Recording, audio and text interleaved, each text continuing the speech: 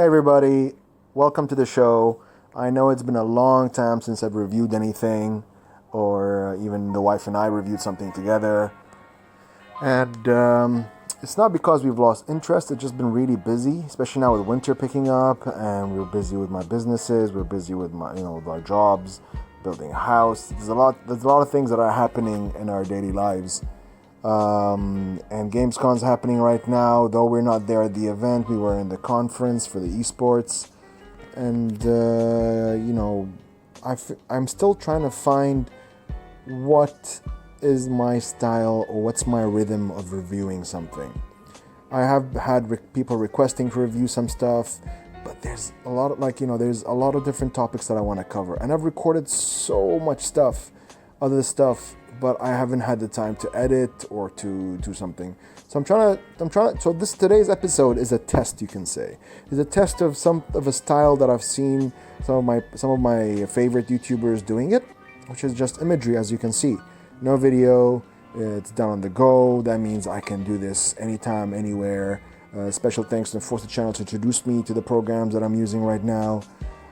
You don't have to see my face most of the time. You see it enough in outings and in some of my other videos. So in reviews, bear with me. And this is just a testing episode. If you have any comments, or if you prefer a different style, please let me know. Direct message me. Tell me which of the episodes that you prefer the most, the style, the filming, all advice is welcome. So as you can see in the title, the wife and I have seen ZombieLand 2, and I just watched all of Daybreak in one day.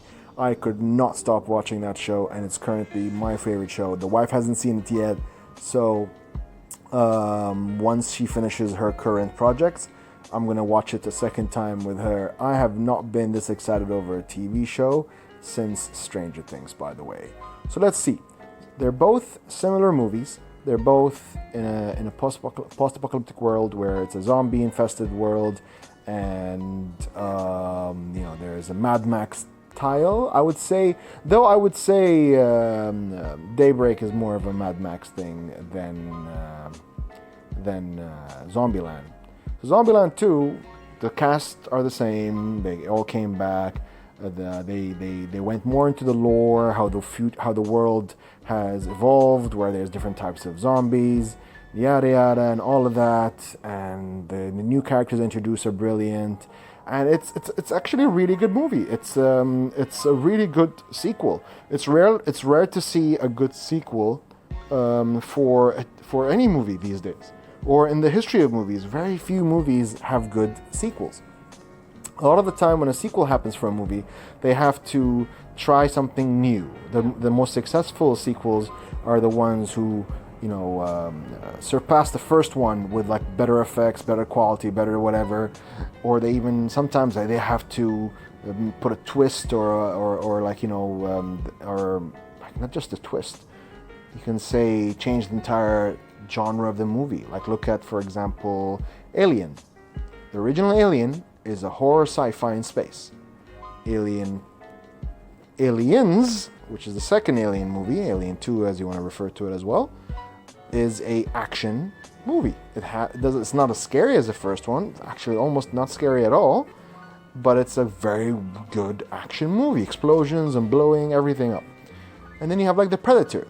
The first Predator is just a bunch of guys in a jungle, and then it's a bit more thriller, a little not as scary. Thriller, and the second one is a bit gorier and explores more into the lore, shows more of the Predator, shows more of the weapons, and more creative ideas. So you can see, and I'm pretty sure all of you out there can mention other sequels to movies that did well. But ZombieLand 2 knows that. The writers know this. The director knows this. So what did they do?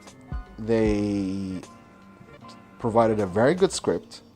The jokes and the humor is very natural. The actors, the stereotyping of those actors is people that you might have met in your life, or people have met people like them. And it shows it takes the piss and makes fun of a lot of tropes. It's a bit of a parody, as you can say, of the first one, because the first one was a bit more serious. The first Zombieland felt more serious than the second one.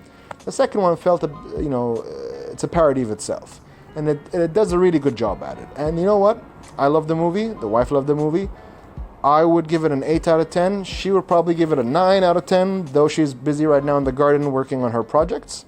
We got a cosplay event next week. And now let's move to Netflix, which is Daybreak, which is a new TV show. When at first look, it looked meh, It didn't look very interesting. It looked very like a joke version, watered down version of Walking Dead. I'm not a fan of teenage TV shows or teenage movies. The only, I'm picky with my movies sometimes. Though I give all movies a watch, or TV show a watch, but I have my own opinion on it. So I watched the first episode. It went in the background. Like, it wasn't original or in any way. The first 20 minutes, and then I stopped. And the next day, I played it again, and I said, let me pay attention. And I kid you not, the show is actually really well done. Some really good actors are in it. The teenage actors, the kid actors, are not bad. They're really good. And the jokes and the humor and the topics, and even when it becomes a soapy teen opera, it's usually around a topic that I went through as a kid. I went through as a teen. Certain taboo topics are touched upon. The characters. There's a guy called Samurai, and he's amazing. He's this African American kid who grew up on Japanese martial art movies because he couldn't afford regular TV like the rest of the country. So he would watch like reruns of cheap, what you would say B-grade kung fu movies, and he loved it. And I love how the show goes between Japanese art style, Japanese language, and the flashbacks. They break the fourth wall, they break the fifth wall, sixth wall, seventh wall, eighth wall. It has even references to Magic the Gathering, to Pokemon. It's a nerd fest. Daybreak is what I did not expect, and it broke all my expectations as a geek, as a nerd, as a zombie fan, as a Magic the Gathering fan, as a Pokemon fan, as a Mad Max fan.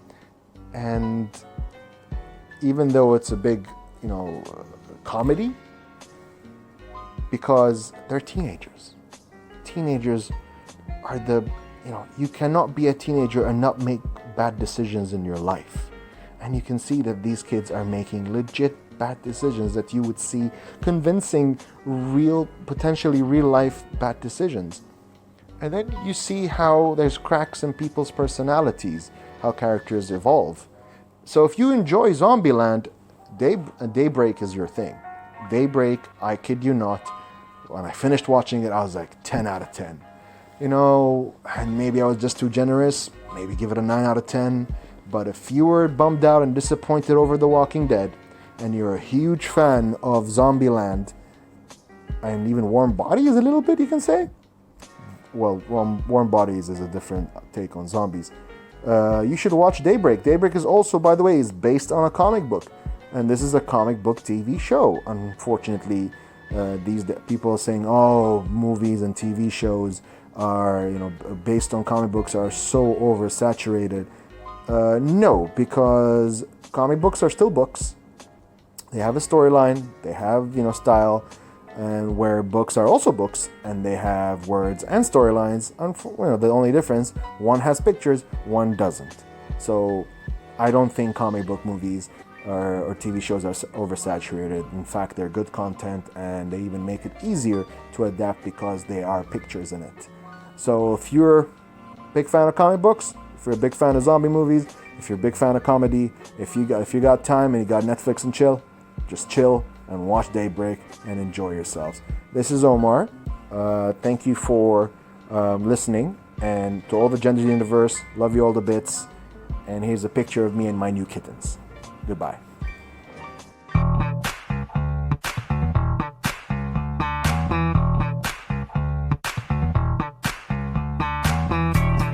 I just adopted beautiful fur baby, and her name is Bagheera, and she's meowing like crazy. And I don't know where's your sister? Where's Stripes? I miss Stripes. Where's Stripes?